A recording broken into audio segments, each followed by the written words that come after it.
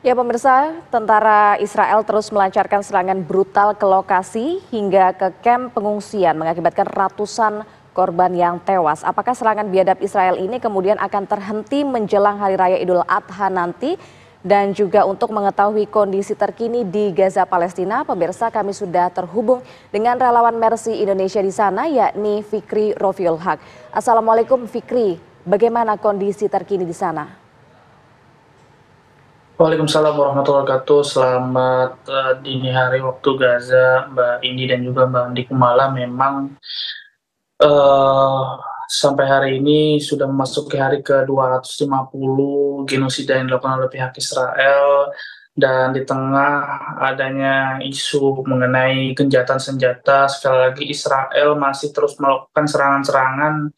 Kalau kita pantau dari media lokal, ada serangan di beberapa titik di kota Zaitun yang ada di kota Gaza, menyebabkan beberapa warga meninggal dan lainnya mengalami luka-luka, dan banyak warga dilarikan ke rumah sakit terdekat, yaitu rumah sakit Al-Baptis Al-Ahli Arab yang ada di Gaza City. Dan juga Israel juga membom pengungsian yang ada di Al-Zawaida yang ada di pinggir pantai di Gaza Tengah. Dan Kementerian Kesehatan Palestina merilis ada 3 pembantaian dalam 24 jam terakhir, mengakibatkan 40 warga syahid dan juga 120 lainnya mengalami luka-luka dalam kurun waktu 24 jam.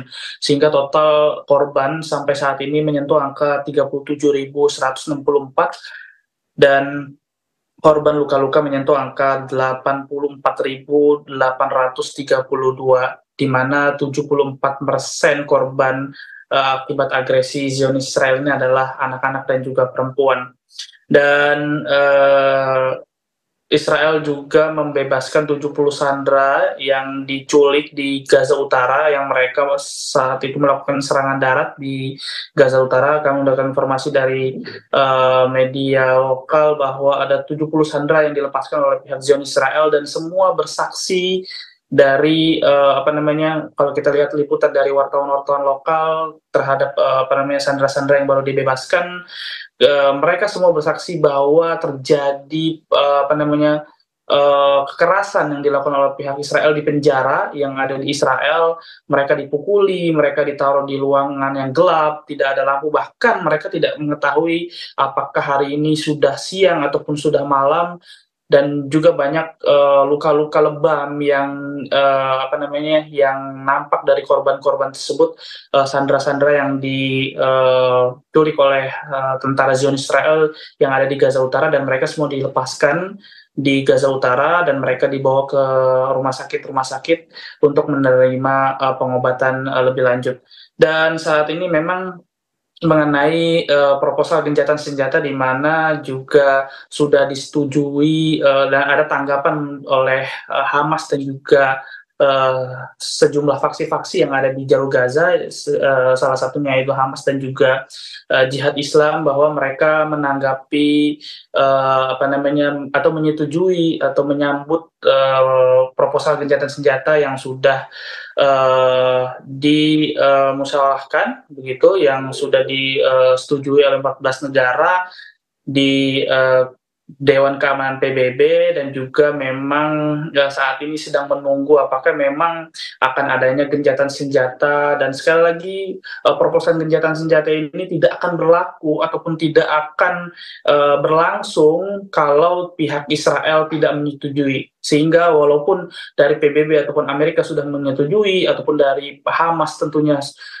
sudah menyetujui, tapi kalau pihak Israel belum menyetujui, berarti gencatan senjata akan tidak berlaku. Dan semoga kita berharap, semoga karena Amerika Serikat, Anthony Blinken juga mengatakan bahwa Israel diklaim bahwa mereka menyetujui proposal gencatan senjata yang ada 3 fase, setiap fasenya 6 minggu, di mana terdapat pertukaran sandera antara kedua belah pihak, dan juga penarikan pasukan Zionis Israel dari jalur Gaza, serta kembalinya warga yang ada di Gaza Selatan menuju ke Gaza Utara, ataupun dari Gaza Utara menuju ke Gaza Selatan, dan juga masuknya bantuan, truk-truk bantuan, serta tentunya membuka pintu-pintu perbatasan, yaitu yang paling penting adalah perbatasan Rafah antara perbatasan Mesir dan juga jalur jalur Gaza, karena itu adalah satu-satunya yang paling dominan untuk memasukkan bantuan-bantuan. Dan juga bukan hanya itu saja, tapi rekonstruksi pembangunan yang ada di Gaza, karena kita tahu bahwa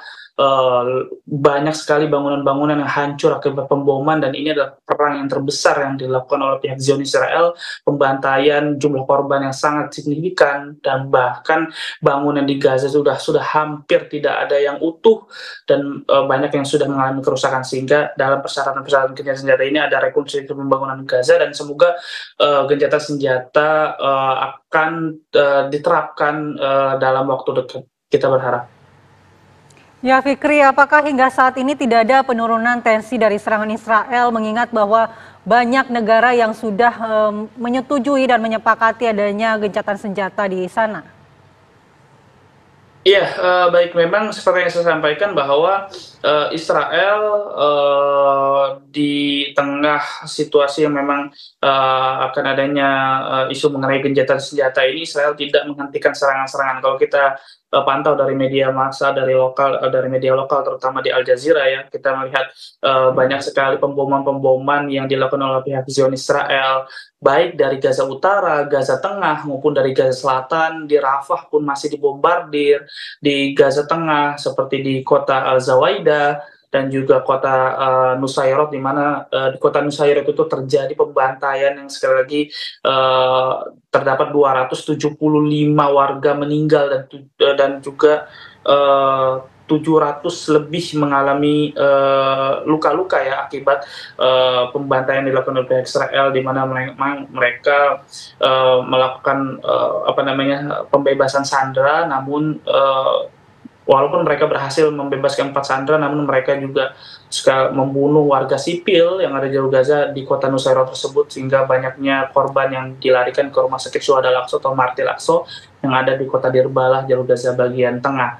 Dan seperti yang saya sampaikan, memang bahkan setiap malam kita masih terus mendengar dentuman-dentuman bom yang saat ini saya berada di kota Khan Yunis, yang sehari atau 2 hari sebelumnya terjadi pemboman di sekitar sekolah yang ada di perumahan. Rumah 3 tingkat runtuh akibat pemboman. Setidaknya 2 bom dijatuhkan oleh pihak Zionis Israel melalui udara, pesawat jet tempur mereka, sehingga mengakibatkan 10 orang meninggal dan dilarikan ke rumah sakit Eropa yang ada di kota Khan Yunis, jalur Gaza bagian selatan. Baik, Fikri Rofiul Haq mengabarkan langsung dari Gaza, Palestina. Terima kasih, Fikri.